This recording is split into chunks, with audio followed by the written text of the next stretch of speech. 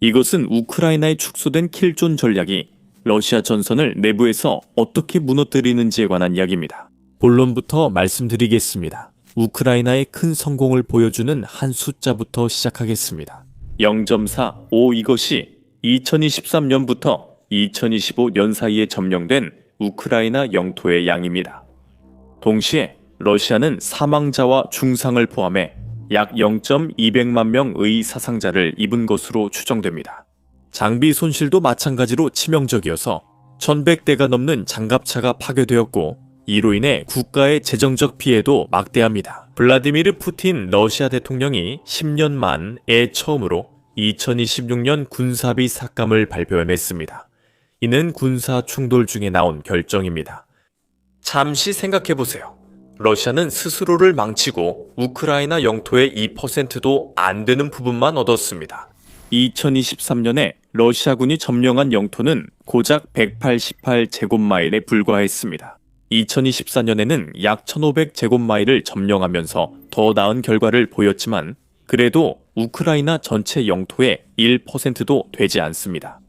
2025년 이 되자 러시아의 징역은 크게 둔화되어 쿠피안스크와 포크로스 같은 주요 지역에서는 하루에 고작 150에서 400피트 정도만 전진하는 경우도 있었습니다. 이를 비교하면 제1차 세계대전 솜 전투 당시 연합군의 징역 속도보다도 느린데 솜 전투는 역사상 가장 악명 높은 소모전 중 하나였습니다.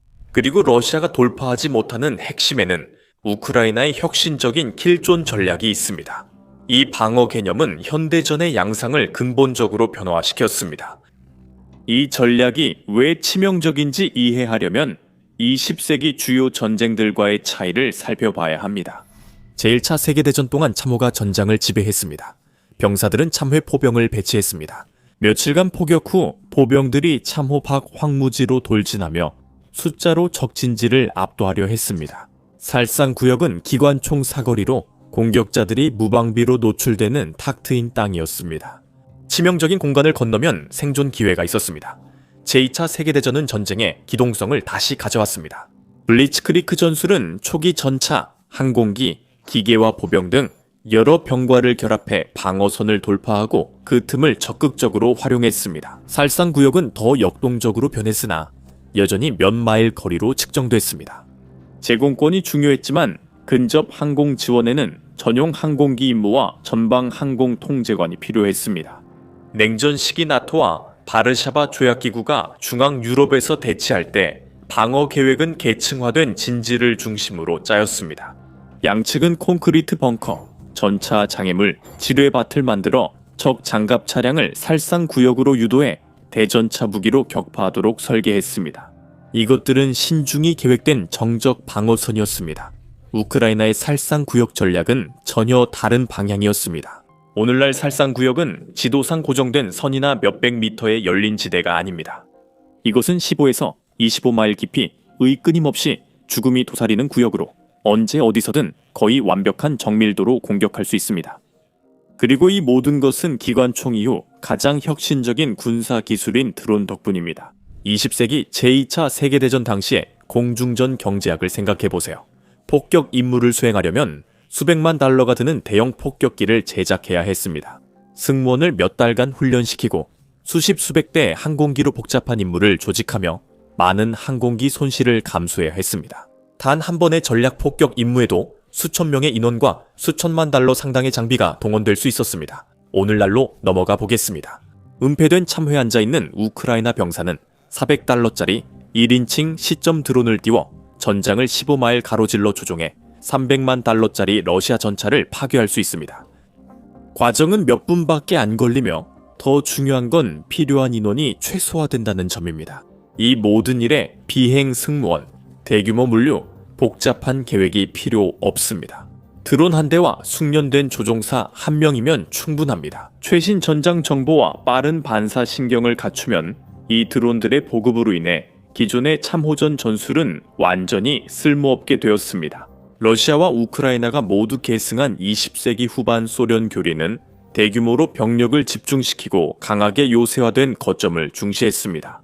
그 생각은 단순했습니다. 병력과 장비를 방어에 집중하면 포병 장갑차 공격도 견딜 수 있었습니다. 하지만 드론이 상황을 완전히 바꿨습니다. 2023년 집중된 진지는 죽음의 함정이 됐습니다. 예전에는 포병으로부터 병사들을 지키던 넓은 참호가 이제는 1인칭 시점 드론의 표적이 되고 있습니다. 불침투로 보였던 대규모 참호도 수류탄을 실은 드론 한 대의 정확한 타격에 집단 무덤이 되었습니다. 그 구역은 실제로 확장됐습니다. 아까 말한 25마일 구역 기억하시죠? 국제방위안보센터는 살상 구역이 약 5마일 밖에서 시작해서 기술과 장비가 발전함에 따라 점차 확장되었다고 언급했습니다. 우크라이나에게 더 중요한 것은 러시아보다 이 변화를 더 빨리 인식했고 프랑스의 마지노선이나 독일의 대서양 방벽처럼 미리 정해진 요새화와 고정된 방어선 대신에 방어 전략을 완전히 재설계했다는 점입니다. 우크라이나는 드론 전쟁의 치명성을 극대화하면서도 취약성은 최소화하는 유동적이고 적응력 있는 전선을 구축했습니다. 실제로는 이렇게 작동합니다. 우크라이나의 새로운 요새화 시스템은 도네츠크, 하르키우, 드니프로페트로우스크 지역에 걸쳐 1200마일 이상에 이릅니다. 이를선이라 하기보다는 다층적 살상구역 네트워크로 보는 것이 정확합니다. 첫 번째 층은 대전차 대인지뢰, 보병 이동을 늦추는 플루탄카 금속선, 대전차 무기로 이루어져 있습니다. 병사들이 참호를 엄폐물로 못쓰게 바닥에 철조망을 설치한 도랑이 있습니다. 다음은 드래곤스티스라는 콘크리트 사면체로 두꺼운 금속 케이블에 연결되고 여러 줄 철조망으로 둘러싸여 있습니다.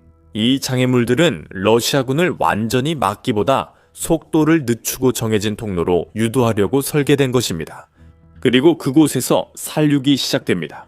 장애물 뒤에는 우크라이나가 소규모 요새망을 촘촘히 배치했습니다.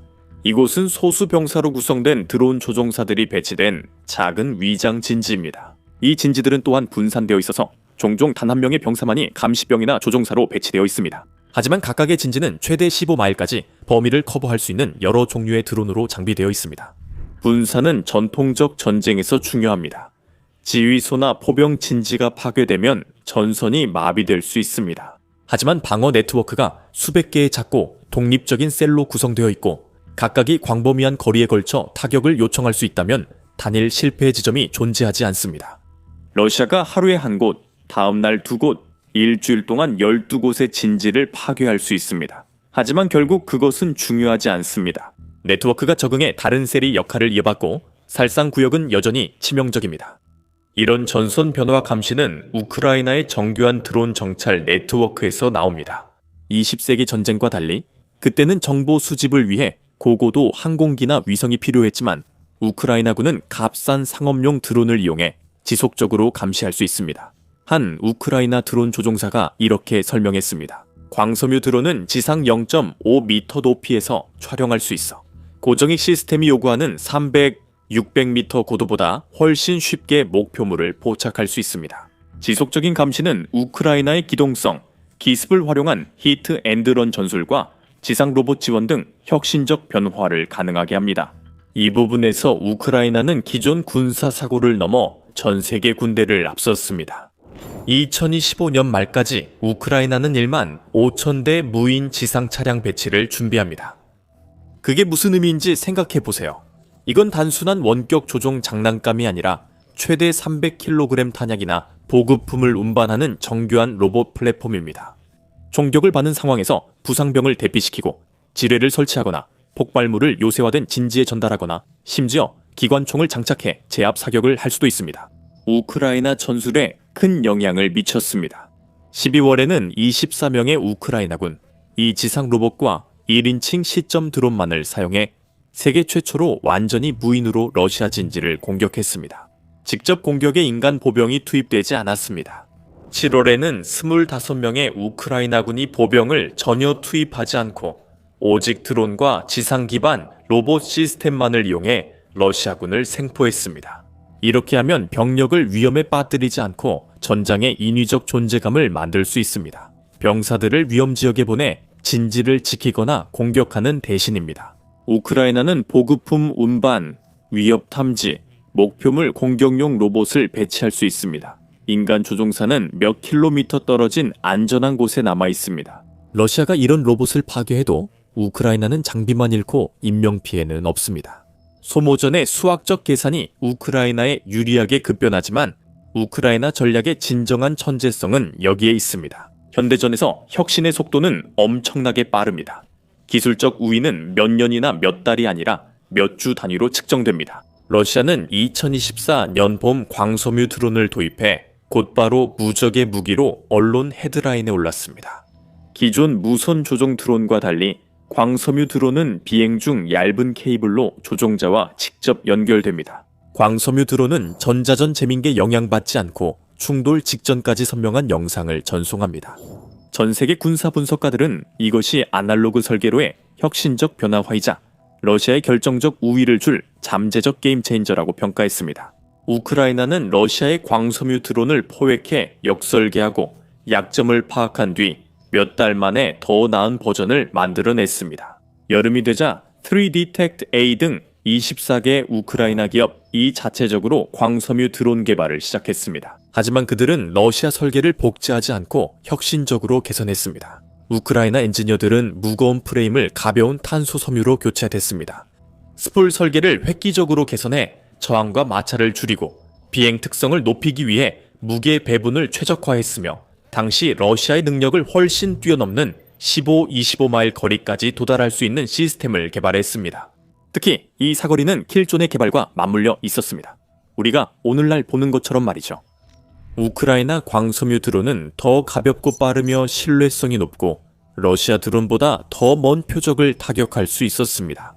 우크라이나는 대규모 생산 능력을 갖추고 100여 개의 기업이 드론 개발에 참여하며 수십 종 모델이 군사용으로 승인됐습니다. 이런 분산 경쟁적 생태계는 기업들이 더 나은 저렴하고 효과적인 시스템 개발을 위해 경쟁에 지속적으로 혁신합니다. 이 패턴은 전쟁 전반에 반복됩니다. 러시아가 새로운 전술이나 기술을 개발하면 우크라이나는 이를 분석하고 적응하며 러시아가 대량 생산을 확대하기도 전에 더 발전된 버전을 신속하게 배치합니다. 이것은 실리콘밸리도 부러워할 혁신 사이클입니다. 단, 피드백 루프는 실제 전장에서 일어나며 교훈은 생명의 구함과 상실로 측정됩니다. 여기서 우크라이나의 킬존 전략은 단순한 방어 전술을 넘어 더 큰 의미를 지닙니다. 이것은 전 세계 군사 사고를 바꾸고 앞으로 서방 방위 전략을 새로 정의할 수 있습니다. 나토 회원국들은 우크라이나에서 배워야 한다고 공개적으로 인정하고 있습니다. 메테 프레데릭센 덴마크 총리도 이를 직설적으로 밝혔습니다. 전 세계에서 드론 대응 전문가로는 우크라이나가 유일합니다. 매일 러시아 드론과 싸우기 때문입니다. 우리는 우크라이나의 모든 경험, 모든 신기술, 모든 혁신을 받아들여 우리 자신의 재무장에 통합해야 합니다. 폴란드 외무장관 라도슬라프 시코르스키도 같은 의견을 더 직접적으로 밝혔습니다. 우크라이나인들이 우리에게 러시아에 맞서는 법을 가르쳐줍니다. 반대는 아닙니다. 이는 나토와 우크라이나 간의 전통적인 관계가 근본적으로 뒤바뀐 것을 의미합니다. 나토는 오랫동안 훈련과 군사 개혁을 통해 우크라이나를 동맹국 수준으로 만들려 노력해왔습니다. 이제 역사상 가장 치열한 드론 전쟁이 3년 동안 이어진 후 나토 국가들은 우크라이나의 전술을 배우고 있습니다. 9월 러시아 드론이 폴란드 영공을 침범한 이후 폴란드와 우크라이나는 우크라이나가 폴란드에서 대드론 훈련을 제공하는 계획을 발표했습니다. 영국은 우크라이나와 협력하여 개발한 요격 드론을 대량 생산하고 있습니다. 루마니아는 우크라이나 기업들과 협력하여 자국 내 사용과 나토 동맹국의 잠재적 수출을 위한 드론 생산 계획을 공개했습니다. 세계 최고의 군사 강국인 미국조차도 실전에 검증된 우크라이나 드론 기술을 도입하기 위한 역사적인 계약을 협상 중인 것으로 전해졌습니다. 나토는 우크라이나 분쟁의 실시간 교훈을 활용하고자 폴란드에 합동 분석 및 교육센터를 세웠습니다. 동맹은 값비싼 무기 대신 저렴한 공격 드론 군집에 집중하기 위해 방공 교리를 제고하고 있습니다. 예전엔 $400 드론을 격추하려고 $400만 패트리엇 미사일이나 F-35 출격을 썼지만 이는 경제적으로 지속 불가능합니다. 더 넓은 의미에서 그 파급 효과는 엄청납니다. 우크라이나는 소규모 국가도 신속히 움직이면 주요 군사 기술에서 강대국에 도전할 수 있음을 증명했습니다. 지속적으로 혁신하며 민간 부문을 방위 전략에 포함해야 합니다.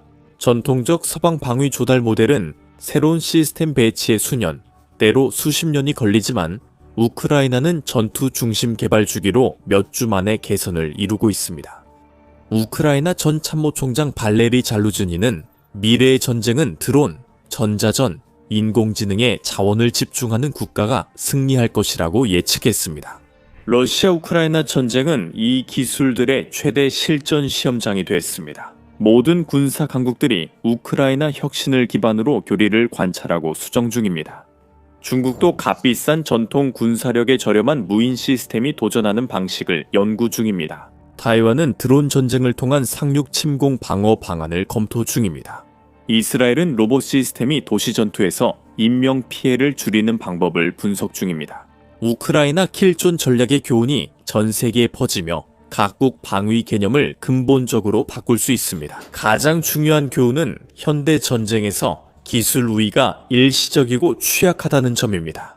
중요한 것은 분쟁 시작 시 최고의 장비가 아니라 적보다 빠른 적응력입니다.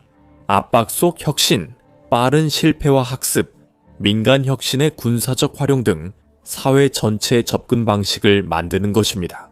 우크라이나의 킬존 전략이 효과적인 이유는 우크라이나 드론이 러시아 드론보다 1대1로 반드시 더 뛰어나서가 아니라 우크라이나가 전체 군사산업 생태계를 구축했기 때문입니다. 독립적인 기업들이 데이터를 공유하고 자원을 모으며 실제 전투 상황에서 거의 실시간으로 피드백을 받는 것이 집중되어 있기 때문에 이들은 반복적으로 개선할 수 있습니다. 러시아의 중앙 집중적 관료적 방위산업 복합체보다 더 빠르게요. 매일 우크라이나 엔지니어들은 최전선 운용자들로부터 효과와 비효과에 대한 피드백을 받고 매주 현장 드론에는 새로운 개조가 적용됩니다. 매달 이전 달에는 불가능했던 새로운 능력이 등장합니다. 이것은 시간이 지날수록 커지는 누적된 이점을 만들어냅니다. 러시아가 필사적으로 따라잡으려 애쓰고 있지만 러시아도 그것을 깨닫고 있습니다. 현대의 살상 구역은 힘으로 돌파할 수 없고 드론이 포를 먼저 발견해 이동 전에 타격하니 포병으로도 압도할 수 없습니다.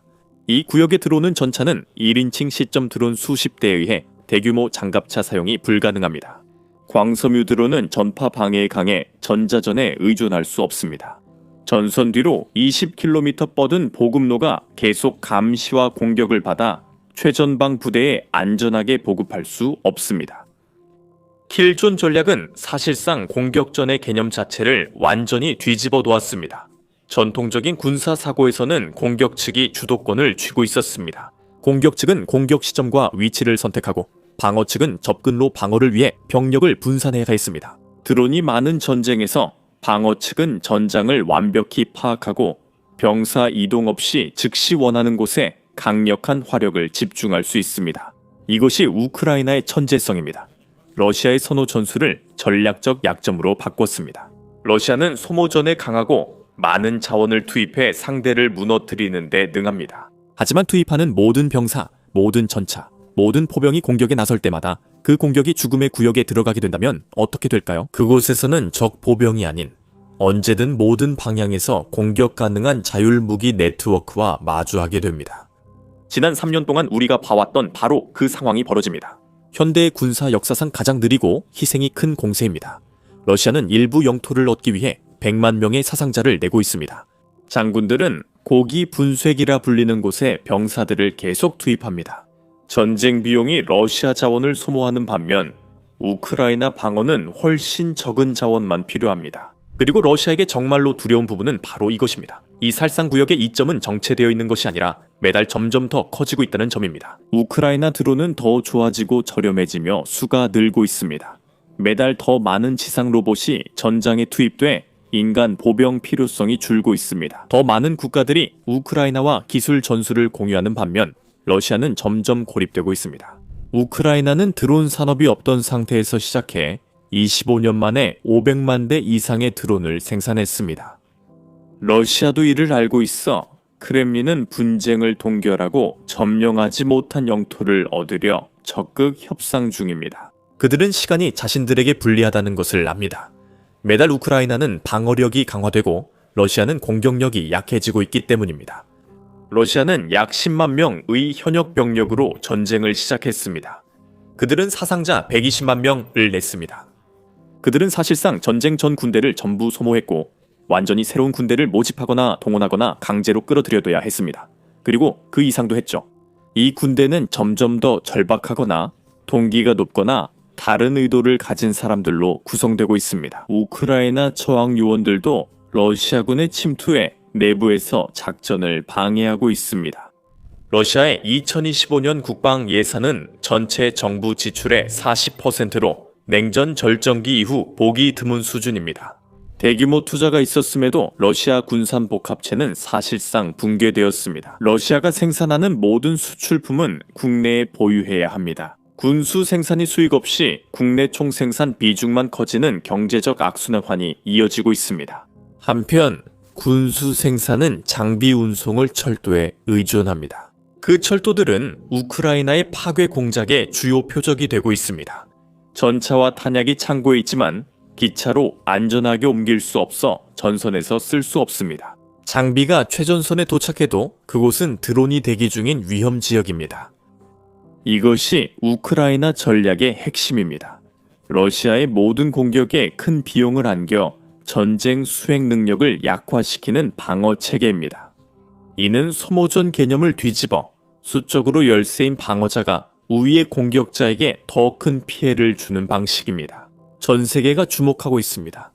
우크라이나가 기술 혁신과 전술 적응으로 3년 넘게 핵 보유 초강대국을 막아낸다면 앞으로의 분쟁은 과거와 매우 다르게 전개될 것입니다. 22 시청해주셔서 감사합니다.